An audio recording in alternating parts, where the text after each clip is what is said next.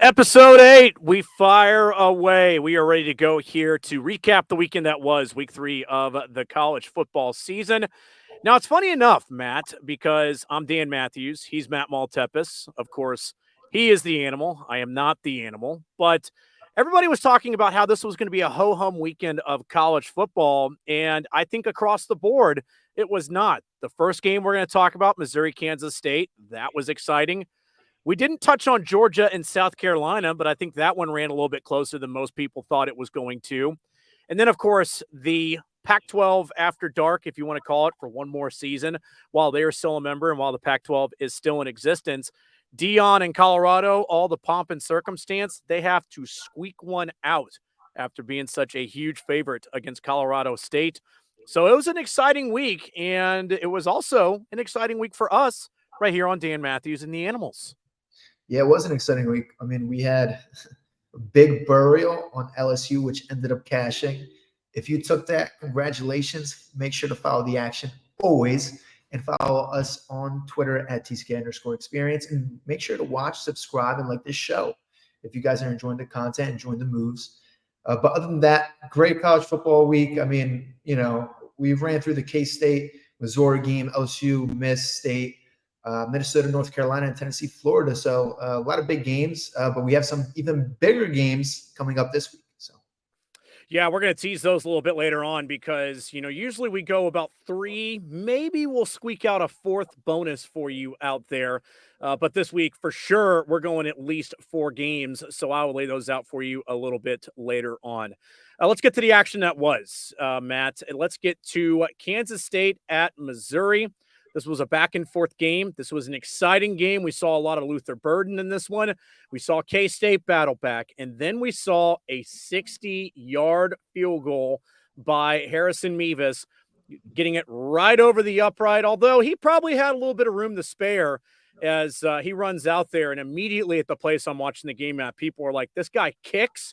He kicks, and he's got a leg, and he took Missouri to 3-0 on the season. A huge one for them in this one. The over-under was 48 in this one. Obviously, the over hits in that one. So that was a lean that you liked. But also to K-State, it got down to 3. And Missouri, obviously, is the one who covers on that one. How'd you see this breaking down?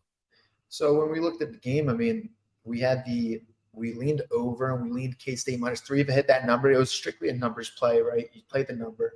But the over ended up hitting. K-State did not cover, obviously. But this game was 30-27, scored 57 points, and they actually probably should have scored more. I think there was like 2 or 3 field goals missed, so you can add potentially 9 points to that score, where they score 66. So, yeah, no, definitely interesting. We saw about 40 first downs in this one. K-State, 8 of 17 on 3rd down. Missouri was only 3 of 13, surprisingly, and they ended up still winning, but they were 1-1 on 4th down. We saw the rushing disparity between K-State and Missouri. Missouri really couldn't run the ball either, but K-State ran for 138 yards. Missouri only ran for 2.6 yards per carry and only for 78 yards, but they're able to air it out for 356 yards, which really got them the win. But the big thing was the turnover. I mean, because if you look at K-State, they beat them in the time possession as well. So they're beating them in all almost categories across the board, except for turnovers, which I continue to point out for anyone out there trying to handicap games. If you can handicap the turnover battle, well, then good luck, my friend, because you're going to have a lot of fortune in your future.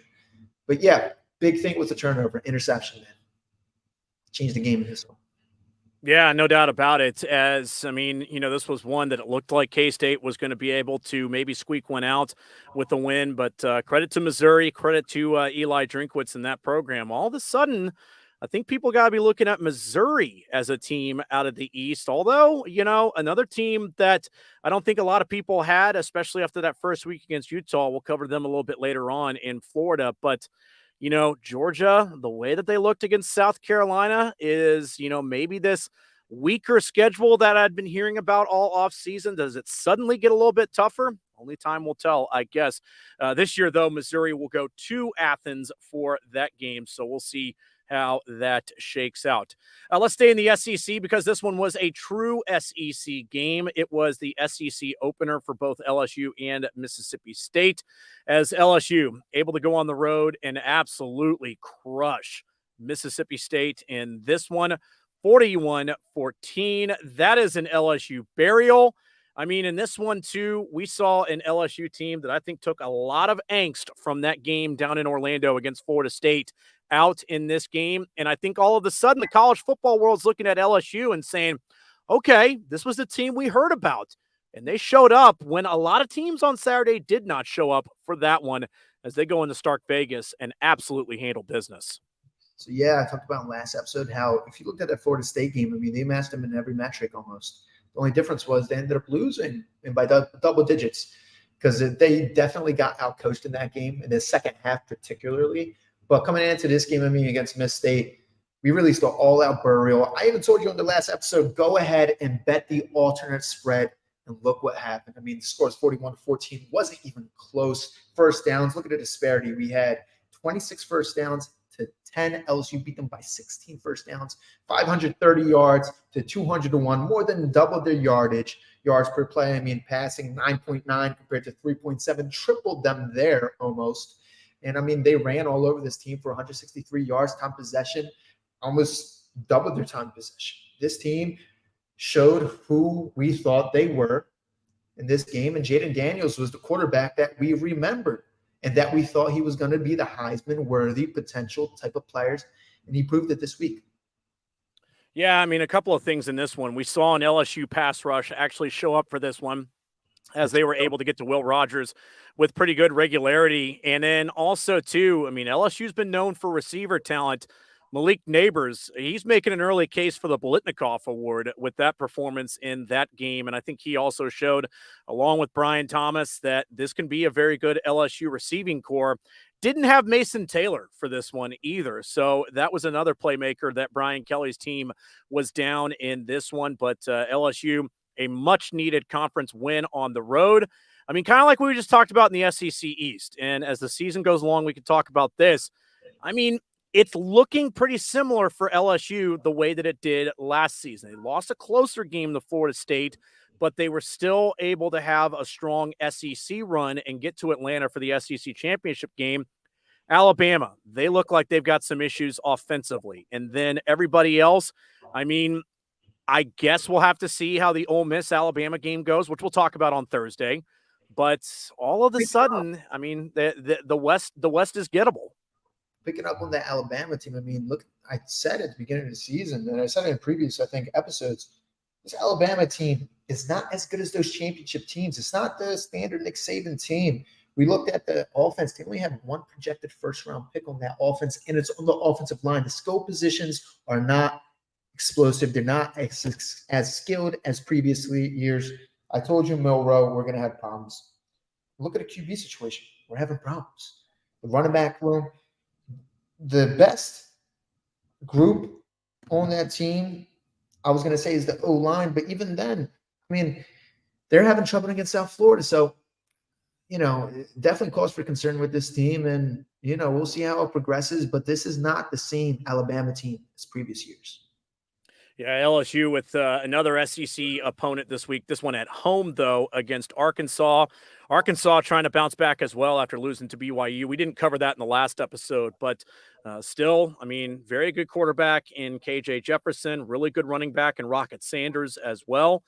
So LSU, I mean, they got to show up and play this one. Otherwise, Arkansas can possibly surprise them in this one. I don't think we're going to talk about it on Thursday, but still, that's a game that's going to have a lot of eyes on it coming up this weekend in Baton Rouge. Let's jump out of the SEC for one of our last two games we're going to talk about. This was one of your bonus throwouts last episode, and that was UNC at home for Minnesota, as UNC is able to handle business in this one, 41-13. Over-under was 49. I was with you on the over-under. I took that over.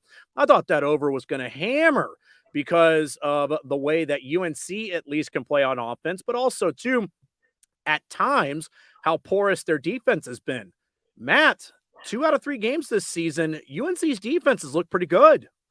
Yeah, I mean, we look at this game, UNC, Obviously, their defense looked sharper than before, but I think it was more so Minnesota's offense is not looking as sharp. I think that's what it was more of in this one.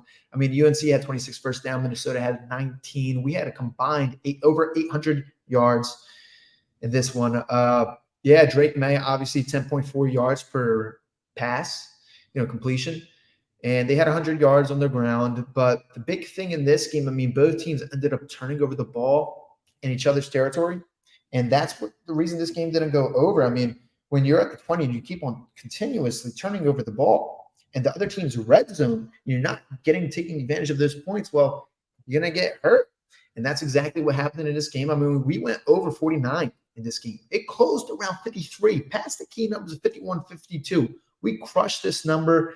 It's one of those games, you look back, you're like, I was on the right side. It just didn't go right. Mm-hmm. And that happens when you're betting. I mean, you win, we have a 5.5% edge over the house, 5% to 5.5%. And every now and then, you're going to take one on the chin. Yeah, I mean, that is one of those where, I mean, you get to the late stages of the game and you're like, come on, somebody, pop a screen pass or something, and then, you've had it the other way as well. I mean, Scott Van Pelt and Stanford Steve have it on SportsCenter too, of bad beats. I mean, that happens the other way as well, where you're like, all right, sit on the ball, and then somebody cracks a huge run and you're just like, oh, come on. Like, it's the agony and the joy of placing some action out there. And look, you enjoy the wins, but then the losses, you definitely remember them. The final one. Oh, go ahead. The pendulum always swings back and forth. So at your highs, you're going to have highs, you're going to have lows, but at the end, it all evens. There we go. There we go. It's like a buddy of mine's uncle used to tell him, in the end, Chris, we all get ours. And the final one that we have this week is Tennessee on the road at Florida.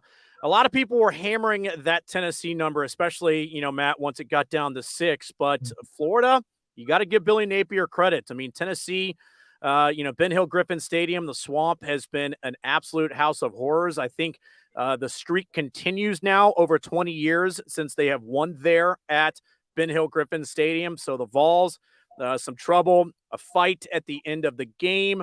Just not a good night for the Vols, but it was a good night for us because we took under 59 in this one.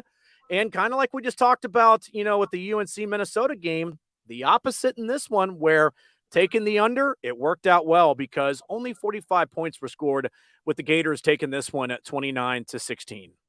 Yeah, so we went under in this game. My Animals, I didn't touch it myself, but my Animals, Philly Godfather and company, they actually went on Florida, took Florida plus the points, and we saw the win outright. So shout out to the Animals. Follow us on Twitter at Philly Godfather and all the Animals sheep at Bury Right Number, the 8-ball at the 8-ball. But yeah, we went under in this one. Obviously, they only scored 45. We went under 59. We crushed the total once more. That line ended up getting driven down all the way down to the 55, 56 area. Yeah, I mean, look at this. I said it before in last episode. Florida's offense is not what it was, in my opinion, with the loss of Anthony Richardson, although they did perform well. Tennessee, they lost 4 key positions: starting quarterback, 2 starting wide receivers, and starting tackle. All draft picks going to the NFL, all very successful. And we saw it this week. We saw them struggle. You're looking at the pass game, interception thrown, run game, only 3.3 yards on the ground. That's it.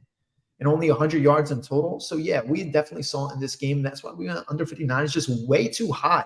It wasn't indicative of what these teams truly are. And that's what we always look for, value. And that's exactly why we pounded the under here.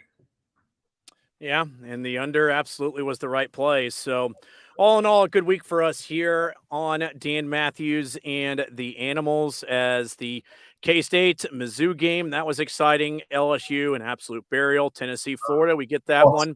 And then a little unlucky in the Minnesota-UNC game. But, such is life. Coming up next episode here, let's go ahead and lay this out for the audience. I mean, because I think this is going to be the best weekend of college football that we will have seen so far. We are going to have number 4 Florida State, which, by the way, I meant to bring this up during the LSU segment of the show today.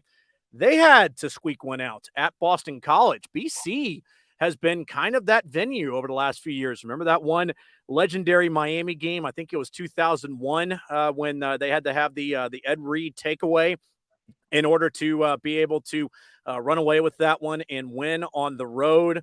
And then Florida State. I mean, the video's making its rounds right now of Mike Norvell telling his team, when you don't play with an edge, this is what happens. That's life.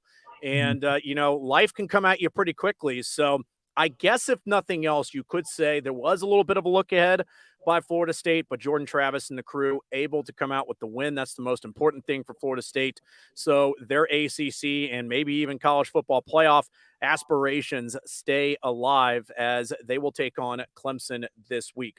We are also going to get into Ole Miss at Alabama. That will be an exciting game. We're going to get into Colorado. How about it that we have not gotten to Colorado until week 4 of the season, for good reason too, because I don't think a lot of us really believed that we would be talking about Colorado the way that we are right now. But still, Deion Sanders' team, we're going to see how they absorb the loss of Travis Hunter in that game on the road at Oregon.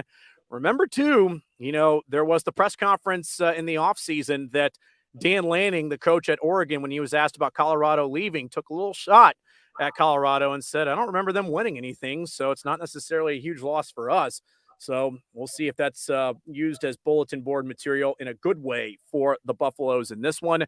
And then finally, I think it's going to be the game of the weekend. I think game day is going to be there in South Bend, Indiana, but number 6 Ohio State, who I think probably finally showed what people were hoping to see out of Ohio State against Western Kentucky. It was a little bit of a slow start, but Kyle McCord and the crew for Ohio State able to run away with that one. I believe 49-10 was the final in that one.